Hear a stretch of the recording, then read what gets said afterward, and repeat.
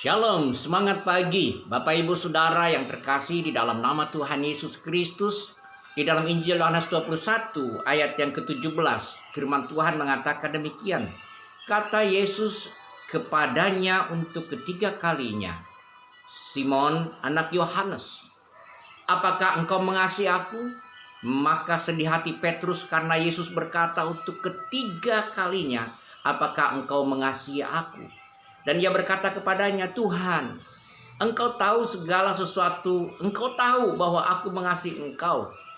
Kata Yesus kepadanya, gembalakanlah domba-dombaku.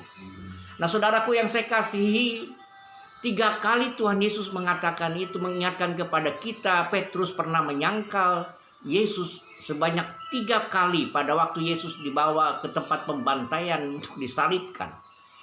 Waktu itu Petrus menyangkal Yesus 3 kali. Dan ia baru sadar ketika ayam berkokok bahwa dia sudah menyangkal Yesus sebanyak 3 kali. Nah saudaraku yang saya kasihi, tentu peristiwa ini karena sudah tercatat Yohanes, berarti murid-murid yang lain pun tahu bahwa Petrus pernah menyangkal Tuhan Yesus. Pertanyaan Yesus yang disampaikan kepada Simon Petrus di tengah-tengah murid-muridnya yang lain adalah satu hal, bagaimana sesungguhnya Tuhan Yesus memulihkan keadaan Petrus sebagai orang yang tetap masih dikasihi dan dipercaya oleh Tuhan Yesus. Para murid yang lain tentu menantikan jawaban Petrus seperti apa.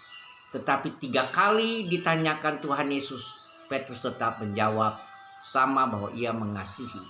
Tentu pada kali yang ketiga ia merasa sedih karena dia mengingat apa yang pernah ia lakukan. Tetapi Tuhan masih mempercayainya untuk menggembalakan domba-dombanya. Saudara yang saya kasihi di dalam nama Tuhan Yesus Kristus, inilah gereja. Mungkin kita seringkali banyak orang-orang di anggota gereja ada yang melakukan kesalahan, tidak mentaati firman Tuhan dan lain sebagainya. Tetapi sebagai gereja harus menjadi tempat pemulihan, di mana Tuhan menaruh kepercayaan penuh bagi orang-orang yang memang patut dikasihi. Sama seperti Tuhan mengasihi saudara dan saya, Ia menerima sebagaimana adanya kita. Dan inilah kasih karunia dan inilah anugerah. Gereja berdiri di atas kasih karunia Tuhan. Dan kita menjalankan segala kegerejaan kita berdasarkan kasih karunia Tuhan juga.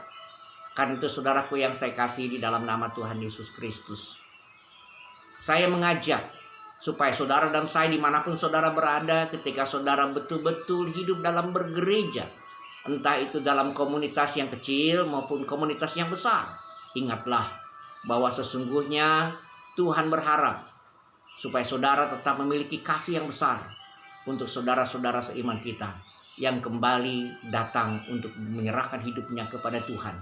Dan mari kita juga menjadi gereja yang memulihkan keadaan orang, bukan gereja yang mudah menghakimi orang tanpa ada satu solusi di mana kita akan membangunnya dengan penuh kasih supaya orang tersebut kembali bersemangat dalam melayani Tuhan.